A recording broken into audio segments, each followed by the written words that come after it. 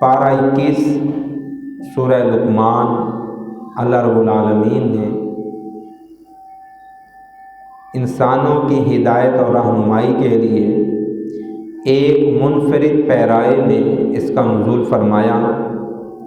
اولاً اپنی الوہیت قرآن پاک میں غور و خوض کرنے اور اپنی وحدانیت پر تکوینی دلائل دینے کے ساتھ ساتھ اپنے ایک برگزیدہ جلیل القدر نیک اور صالح بندے کا تذکرہ بھی اس سورہ پاک میں ارشاد فرمایا۔ اس سورہ پاک میں حضرت لقمان کی اپنے بیٹے کو نصیحتیں اللہ رب العالمین نے ذکر فرمائی ہیں۔ اسی بنا پر اس سورہ پاک کا نام سورہ لقمان رکھا گیا ہے۔ بعض محققین نے یہ رائے پیش کی ہے کہ آپ بھی اللہ کے جلیل القدر نبی ہیں، لیکن اکثر اور جمہور نے کہا ہے کہ آپ ایک مرد دانا، ایک حکمت و بصیرت کے حامل فرد، خوف خدا اور دل کے اندر تقوی رکھنے والے اللہ کے پسندیدہ انسان تھے۔ آپ نبی نہیں تھے، اور آپ اتنے بڑے نیک ہیں کہ آپ کی نصیحتوں کو، آپ کی کہی ہوئی باتوں کو اللہ نے قرآن پاک میں ذکر فرمایا، اور آپ کی حکمت کو اتنی وجہ شہرت اور اتنی وسعت اور اتنی پھیلاؤ عطا فرمایا کہ اللہ کو ماننے والے بھی بجا اور جو اللہ کو نہ ماننے والے ہیں وہ بھی آپ کی حکمت و موعظت والی باتوں سے انکار نہیں کرتے۔ یہ سورہ لقمان مکی دور کے وسط میں نازل ہوئی، چونکہ قرآن پاک اہل مکہ کو براہ راست مخاطب کر رہا تھا، تو ان کو جھنجھوڑنے کے لیے، ان کو دعوت فکر دینے کے لیے اللہ پاک نے حضرت لقمان کی مثال پیش کی۔ حضرت لقمان کی حکمت کے وہ مشرکین عرب اور مکہ کے کافر جو تھے وہ بھی قائل تھے۔ حضرت لقمان کی حکمت اور موعظت کے مکہ والے معترف تھے، اور حضرت لقمان کے بارے میں یہ بھی جمہور کتب میں بات درج ہے کہ آپ اپنی شخصی وضاقتہ، چال ڈھال اور نئے نقش کے حوالہ سے اتنے پرکشش اور حسین نہیں تھے، ظاہری طور پر حسین نہیں تھے۔ کتب میں لکھا ہے کہ نوبہ ایک علاقہ ہے، آپ اس کے باشندے تھے۔ بعض علماء نے یہ کہا ہے کہ آپ قوم عاد کے ایک فرد تھے۔ بعضوں نے یہ بھی لکھا کہ آپ حضرت ایوب علیہ السلام کے بھانجے یا ان کے خالہ زاد تھے۔ تمام اقوال اپنی جگہ معتبر، لیکن نئے نقش کے حوالے سے یہ بھی کتب میں لکھا کہ آپ رنگ کے سیاہ، اور آپ کے ہونٹ جس طرح حبشی نسل افراد کے ہوتے ہیں موٹے موٹے تھے، اور چہرہ وہی حبشی نسل والا تھا۔ لیکن یہ بات بھی اللہ پاک نے قرآن مقدس میں میرے اور آپ کے لیے اصول کے طور پر نازل فرما دی کہ اگر کوئی بندہ حسین صورت ہے، ظاہری اس کا جبہ قبا لگا ہوا ہے، اس کے نئے نقش سریلے ہیں، لیکن اس کا رویہ، طرز عمل اور دل سے وہ کوڑا ہے، تو اللہ کے ہاں وہ کسی کام کا نہیں ہے۔ اللہ کے ہاں نئے نقش جیسے بھی ہوں، چال ڈھال جو بھی ہو، جو دل کا متقی ہے، دل سے اللہ کو ماننے والا ہے اور اس کے من کی دنیا آباد ہے، وہ اللہ کے ہاں عزت والا ہے۔ نبی اکرم صلی اللہ علیہ وآلہ وسلم کا فرمان ہے، ان اکرمکم عند اللہ اتقاکم، کہ لوگوں اللہ کے ہاں متقی صرف اور صرف وہی بندہ ہے جو تم میں سب سے زیادہ تقوی کا حامل ہے۔ اور تقوی کا کوئی پیمانہ، کوئی میٹر، کوئی ترازو آج تک ایجاد نہیں ہوا، وہ دل کے احوال ہیں اور اللہ اس سے بخوبی واقف ہے۔ لفظوں میں کوئی اندازہ لگائے تو عین ممکن ہے کہ اس کے لفظوں والی جو گفتگو ہے، اس کا رویہ، اس کا سلیقہ، اس کے الفاظ کا اتار چڑھاؤ، اس کے لہجے کی خوشبو، کیا پتہ وہ ساری کی ساری بناوٹی ہو، کیا پتہ وہ ساری کی ساری ریاکاری والی ہو، کیا پتہ اس بندے کا انجام ان لوگوں میں لکھا ہو کہ جن کی نمازیں ان کے منہ پر مار دی جائیں گی، ان کے روزے ان کے منہ پر مار دیے جائیں گے۔ تو اللہ کے ہاں معزز ہونا، محترم ہونا صرف اس بنا پر ہے جو بندہ دل میں اللہ کا خوف رکھتا ہے، اللہ کا تقوی رکھتا ہے۔ کسی کے نین نقش بھدے ہوں، وہ شکل سے ہمیں جس طرح بھی لگتا ہو، کیا پتہ وہ کتنے سارے حسینان عالم کو اپنے اعمال کی خوبصورتی سے قیامت کے روز ورطہ حیرت میں ڈال دیں۔ اللہ پاک اس کو وہ خوبی عطا فرمائے کہ جس کی بنا پر وہ اللہ رب العالمین اس کو بڑے بڑوں کا درجہ عطا فرما دے۔ تو اس طرح انسان کو انسان کامل بنانے والی جو خوبیاں ہیں وہ حضرت لقمان کے رویے میں، آپ کی ذات کے اندر بدرجہ اتم پائی جاتی تھی، اور آپ نے ان کی نصیحت جو ہے اپنے بیٹے کو ارشاد فرمائی۔ بطور والد یہ جو ہمارے اگلے 2-3 خطبے جمعہ المبارک ہوں گے، ہم نے وہ نصیحتیں پڑھنی اور سننی ہیں۔ ان نصیحتوں کو میں اور آپ اپنے دل کی تختی پہ لکھیں اور اپنی اولاد کو انتہائی پیار اور محبت کے ساتھ، اسی لب و لہجے کے ساتھ اگر ہم سکھا گئے نا، تو انشاءاللہ میری اور آپ کی آخرت آسان ہو جائے گی، میری اور آپ کی آخرت نفع بخش ہو جائے گی۔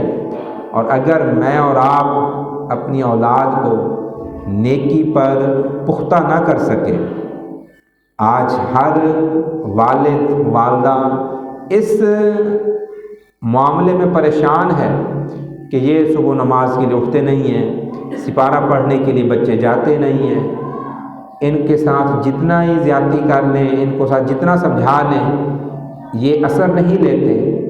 تو دوستو، یہ میرے اور آپ کے رویے کے اندر کہیں لوچ تو نہیں ہے، کہیں میں اور آپ اپنے عمل کے اندر کمزور تو نہیں ہیں، کہیں ایسے تو نہیں ہے کہ خود اوروں کو نصیحت، خود میاں فصیحت، ہم دوسروں کو تو کہیں کہ چلو بیٹا نماز کا ٹائم ہو گیا، چلو سپارہ پڑھو، اور ہم نے کبھی قرآن پاک کو ہاتھ ہی نہ لگایا ہو۔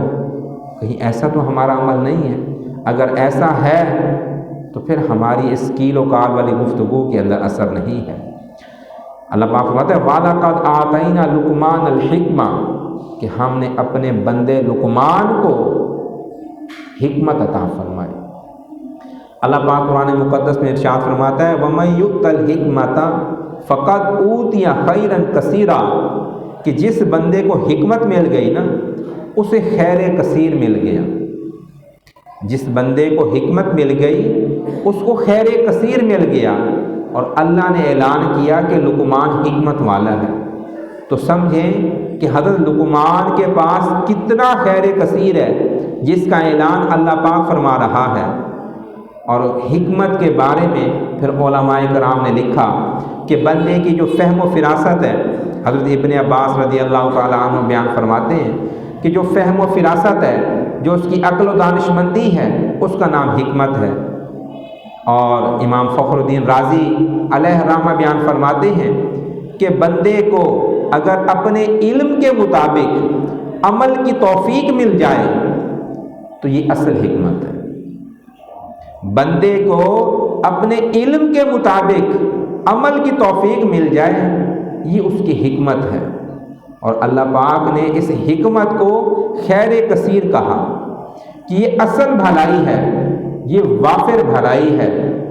اور آج ہم میں سے اکثر بندہ جو ہے وہ حکمت سے عاری ہے، ہمارے رویے، ہمارے عمل اور ہماری گفتگو، ہماری نصیحتیں صرف لفظوں کو مخاطب کرتی ہیں، یا ہم حرکات و سکنات کی وعظ و نصیحت تبلیغ کرتے ہیں، ہماری گفتگو، ہماری تربیت، ہمارا بول چال، ہمارا دوسروں کو سمجھانا وہ دل پہ مؤثر نہیں ہے۔ کیا وجہ ہے؟ وجہ یہ ہے کہ ہماری گفتگو مؤثر نہیں ہے، ہمارا عمل مؤثر نہیں ہے، ہماری شخصیت دوسروں کے لیے مؤثر نہیں ہے، ہم خود قابل تقلید نہیں ہیں، تو ہماری گفتگو دوسروں کے لیے کیسے قابل تقلید ہوگی؟ قرآن مقدس میں اللہ پاک نے ڈھیر ساری چیزوں کو خیر فرمایا۔ اللہ پاک نے فرمایا کہ تمہارے لیے دین کے اندر خیر ہے، تمہارے لیے نماز خیر ہے، روزہ خیر ہے، حج خیر ہے، قربانی خیر ہے، رزق حلال تمہارے لیے خیر ہے، تم امن کا بول بالا کرتے ہو یہ تمہارے لیے خیر ہے۔ اور حکمت کیا ہے؟ وہ خیر کثیر ہے۔ اب یہ حکمت خیر کثیر کیسے ہوئی؟ اب میں آپ کو مثال دیتا ہوں کہ بعض اوقات ایسا ہو سکتا ہے کہ ہماری زندگی کے اندر دو نیکیاں اکٹھی ہو جاتی ہیں۔ موٹی سی مثال عرض کرنے لگا ہوں کہ میں اور آپ گھر سے چلے کہ مسجد میں جا کر نماز ادا کریں۔ ہم مسجد آ رہے تھے کہ راستے میں دیکھا کہ ہمارے کسی دوست کا، ہمسائے کا، مسافر کا ایکسیڈنٹ ہو گیا ہے۔ اب اس ایکسیڈنٹ شدہ لوگوں کا جو دو افراد گر پڑے ہیں ان کی مدد کرنا اللہ کا حکم ہے کہ نہیں ہے؟ ان کی مدد کرنا بھی اللہ کا حکم ہے۔ اب جس کے ذہن کے اندر تربیت صحیح ہوگی اور وہ خیر کو پہچان لے گا اور اس کے طرز عمل کے اندر حکمت ہوگی اور اس کو کسی نے سمجھایا ہوگا کہ بیٹا، کہ بھائی، کہ ہم نے ہمہ وقت اللہ کی منشا کو تلاش کرنا ہے، ہم نے ثواب کا کیلکولیٹر اور گنتی کے پہاڑے نہیں جمع کرنے، ہم نے اللہ کی منشا کو دیکھنا ہے۔ اللہ کی منشا کیا ہے؟ کہ جو گرا پڑا ہے اس کو سہارا دیا جائے، اس کی مرہم پٹی کی جائے، اس کو کھڑا کیا جائے۔ ایسا نہ ہو کہ ہم نماز کے حرص اور لالچ کے اندر، ثواب کی طمع کے اندر ان کو وہاں چھوڑ کر آ جائیں اور یہاں حاجی صاحب بن کر پہلی صف میں کھڑے ہو جائیں، تو کیا پتہ اللہ میری اور آپ کی نماز قبول کرے یا نہ کرے۔ تو دوستو، یہ حکمت یہ میرے اور آپ کے ذمے ہے۔ میں ایک عالم دین کی تقریر سن رہا تھا، وہ یہ بیان کر رہے تھے کہ مسلمانوں نے پچھلے کئی دہائیوں سے، یعنی 40، 50، 60 سالوں سے جو کام چھوڑ دیا ہے ان میں سے ایک کام جو ہے وہ حکمت ہے۔ اب یہ علماء کی بات نہیں ہو رہی، یہ عوام کی بات ہے، سادہ لوگوں کی بات ہے کہ سادہ لوگ صرف لفظوں کی تطبیق کے اندر، میل جول کے اندر آگے بڑھ رہے ہیں لیکن صحیح فہم کی طرف نہیں بڑھ رہے۔ وہ بابا اشفاق نے لکھا ہے نا کہ عبادت کی قضا ہے، خدمت کی قضا نہیں ہے۔ عبادت کا مطلب کیا ہے کہ میں اور آپ اگر نماز نہیں ادا کر سکے، کسی معذور، لاچار، گرے پڑے کی مدد کے اندر اگر ہماری نماز رہ گئی ہے تو ہم بعد میں قضا پڑھ سکتے ہیں، لیکن جو گرا پڑا تھا اس کی مدد میں نے اور آپ نے نہیں کی، اور میری اور آپ کی آنکھوں کے سامنے وہ معاملہ تھا، تو میں اور آپ اس سے محروم ہو گئے۔ وہ نیکی تو کسی اور کے مقدر میں چلی جائے گی۔ تو اس لیے انسان کی قدر کرنا اور اس کیفیت کو پہچاننا کہ میرے ذمے جو اللہ نے کام لگائے ہیں ان کاموں میں اللہ کی منشا پہلے نمبر پر کس کی ہے؟ تو یہ ہے ہمارا دین، یہ ہے حکمت۔ رویوں کے اندر آج تضاد ہے، پریشانیاں ہیں۔ ہر والدین کہتے ہیں کہ ہماری اولاد ہمارا کہا نہیں مانتی، ہماری بات نہیں سنتی۔ بیوی بچی ہیں، ان کا اعتراض ہے کہ ہمارے والد ہمیں وقت نہیں دیتے۔ اور آج ہر نو بیاہی خاتون دلہن کو یہ اندیشہ ہے کہ میرے ساس سسر مجھ سے راضی نہیں ہیں۔ تو دوستو مسئلہ کیا ہے؟ مسئلہ یہ ہے کہ میرے اور آپ کی فکر سے حکمت خالی ہے۔ ہم سمجھ نہیں سکتے کہ اس میں اللہ کی منشا کیا ہے۔ جب میں اور آپ اللہ کی منشا کو ملحوظ رکھیں گے نا تو پھر سارے کام سیدھے ہوتے چلے جائیں گے۔ اگر میرے اور آپ کے ساتھ کوئی دھوکہ دہی، فریب دہی والا کام بھی کرے گا تو انشاءاللہ العزیز اللہ کے حکم سے اس کا دل بھی میں اور آپ جیت لیں گے۔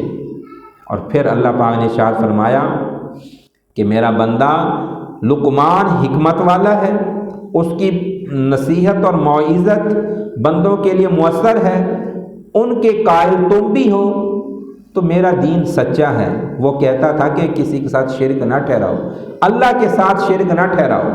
پھر فرمایا من شکر فإنما یشکر لنفسہ۔ اللہ پاک فرما رہا ہے کہ حضرت لقمان کو میں نے حکمت عطا فرمائی، وہ میرا شکر گزار بندہ ہے۔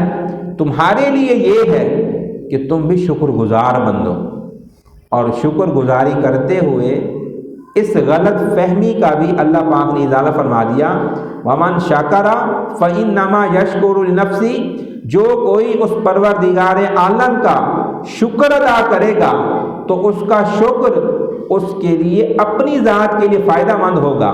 اس کی شکر گزاری سے اللہ کی جلال و کبریائی کے اندر کوئی اضافہ نہیں ہو رہا، اور میری اور آپ کی ناشکری سے اس کی جو عظمت اور بڑائی ہے اس کے اندر کوئی تنقیص یا کوئی کمی نہیں ہو سکتی۔